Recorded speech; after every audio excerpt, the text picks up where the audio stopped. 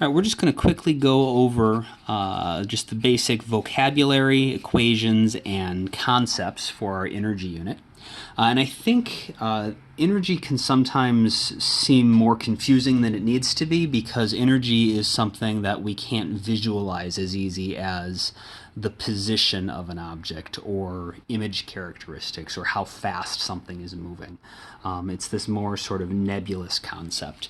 And so I'm going to try to organize this in terms of three key concepts that'll help you make sense of all of the vocabulary and problem-solving skills that we need for this unit. And so the first concept just has to do with what energy actually is. Although we can't see it, energy is just a way of measuring how much stuff an object can do. So energy describes the ability of an object to do stuff. Or the more sort of formal way of saying do stuff is interact with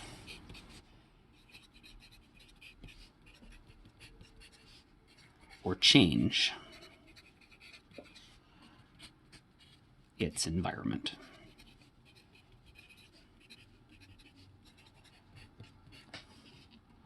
Okay, so that is our first major concept of just what energy is. The more energy something has, the more stuff it can do. So the more energy it has, the faster it can move. Or the more energy it has, the harder it can hit something that it runs into. Or the more energy it has, the more it can heat something up. The more energy it has, the more stuff it can do. The unit that we use to describe energy is the joule, which is abbreviated with a capital J, and that is equivalent to either a kilogram times a meter squared divided by a second squared, or it's also the equivalent of a Newton times a meter. If energy is going to describe the ability of an object to do stuff, there's a few different types of energy that something can have that describe different ways it might be able to do stuff. So we'll call this types of energy.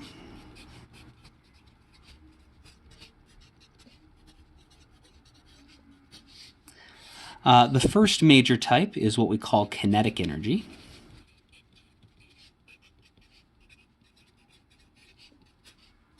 Which we will abbreviate as KE. And this just describes the energy of moving things.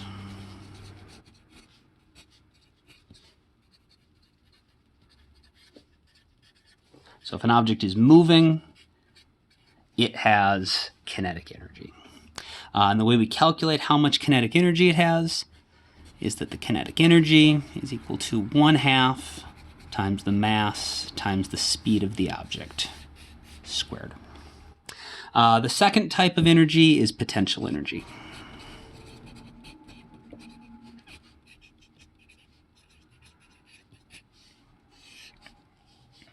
Which in general is going to be PE.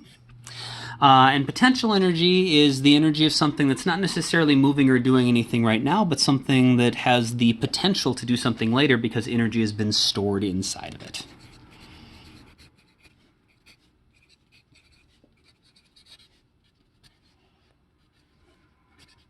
So energy stored in an object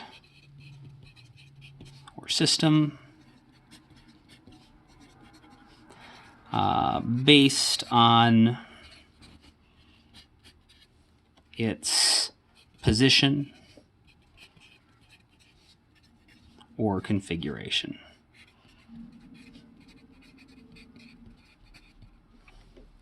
We're going to have two important types of potential energy. The first one is going to be gravitational potential energy.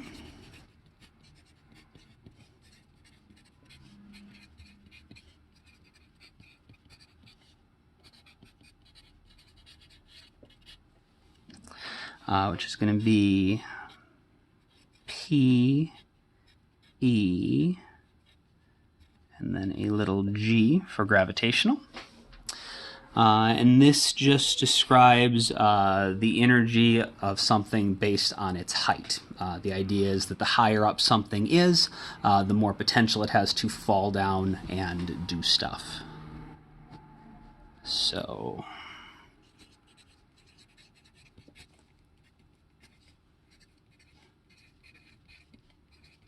energy in an object.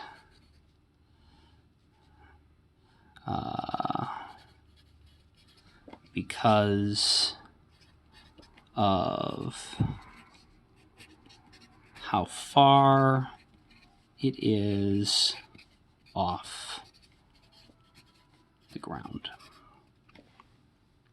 And the equation for gravitational potential energy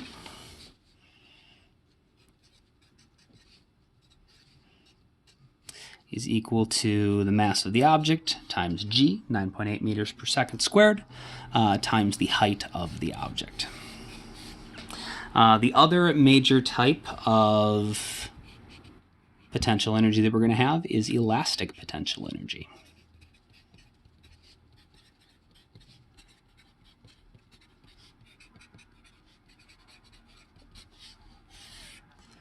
Which is going to be PEE for elastic. And that describes the energy in something that has been stretched or compressed that wants to pop back into its original shape, like a rubber band that has been stretched or a spring that has been either stretched out or compressed.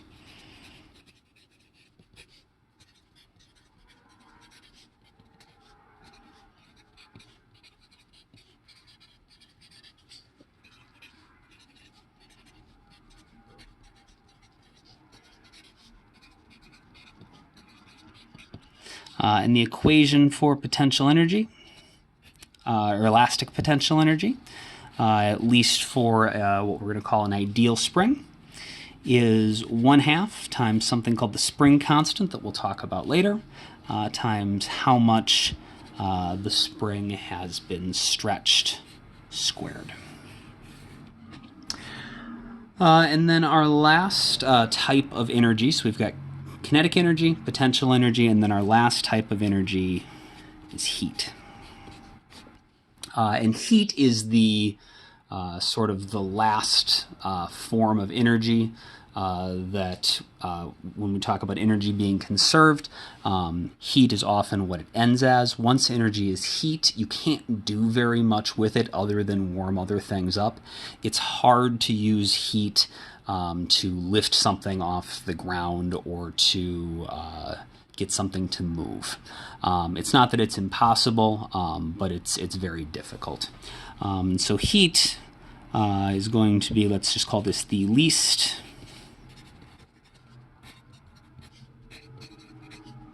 useful form of energy. And where heat is going to be most important to us is that if it ever seems like energy has just disappeared and we can't account for it, it's usually become heat.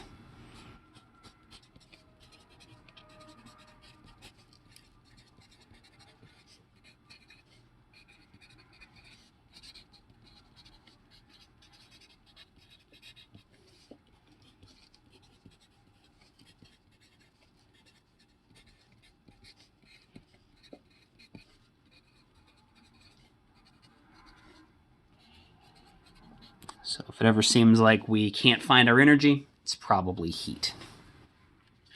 All right. So our first concept is that energy describes the ability of an object to do stuff, and there's different types of energy that it can have. Our second key concept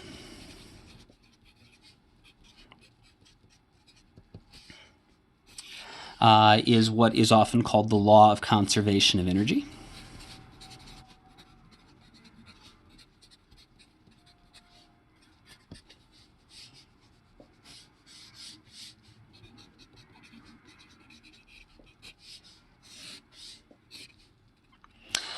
Which says energy cannot be created or destroyed.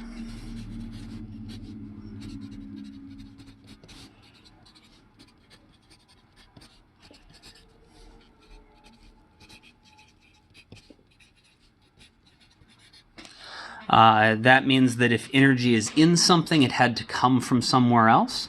Or if we suddenly have some kinetic energy that we didn't have before, it must have been some other type of energy before. So although energy cannot be created or destroyed, this means that what it can happen, the only thing that we can do with it, so energy cannot be created or destroyed, only transferred from one object to another,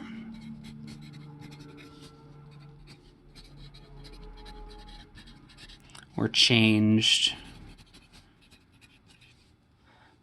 from one type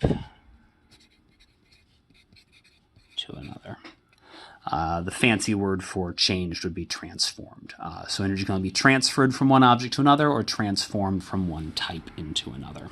But the energy can't ever just disappear, and the energy can't just appear out of nowhere. This means a couple important things. This means the total energy of the universe is constant.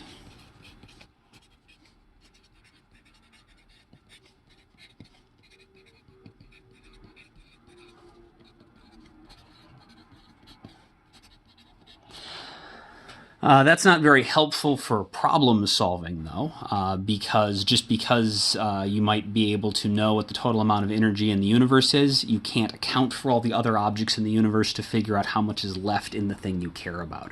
And so what is a little more useful is if we define something called a closed system.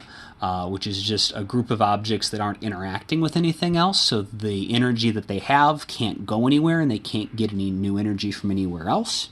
And if you have a closed system like that,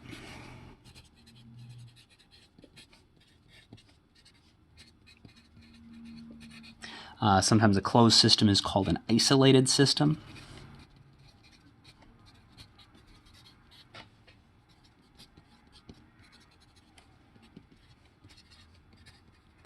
Is constant. And so we saw this, for example, when we were talking about the popper. While the popper was flying up into the air, it wasn't interacting with anything else, and so there was nowhere that it could get extra energy from, and there was nowhere that it could lose energy to. And so as it lost kinetic energy, it must have been gaining some other type of energy because the total amount of energy had to be constant. And we were able to figure out, if we knew how much energy it had at the beginning, we could figure out, for example, if it started with 4 joules of kinetic energy when it was moving at the bottom, if later on it only had 1 joule of kinetic energy, well, the total energy had to be constant, so if there were 4 joules to start with and it only had 1 joule of kinetic energy, it must have had 3 joules of something else, which was gravitational potential energy. And then our last concept has to do with how we actually get this energy moved around. We know energy describes the ability of an object to do something. That was our first concept. Our second concept is that that energy can't be created or destroyed. It just gets moved around and changed from one type to another.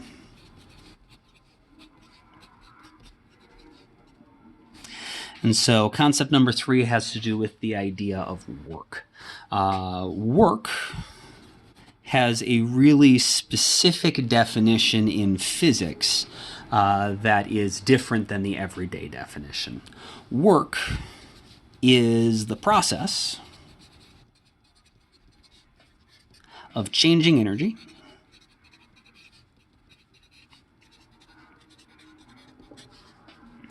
either from one type to another,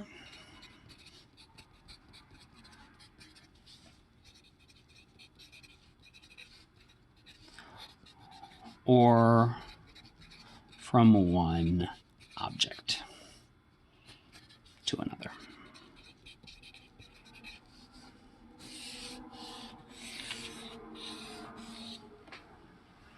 And the symbol for work is going to be W. And the unit is just going to be joules, because work is describing how much energy we changed. We measure energy in joules, and so the amount of work that we did has got to be measured in joules. And so work, I guess that's not really part of our concept. That is just useful information about how we describe work. So our equations for work, the simplest equation for work, if work's the process of changing the energy around, work is just equal to how much the energy changed. So if you know that the amount of energy that an object had changed by 10 joules, that means that it gained 10 joules from somewhere, which means something must have done 10 joules of work to it. The way you can calculate how much work was done or how much energy something gained or lost is using how much force was applied to it, multiplied by the displacement of the object times the angle, or the cosine of the angle between the direction of the force and the direction of the displacement.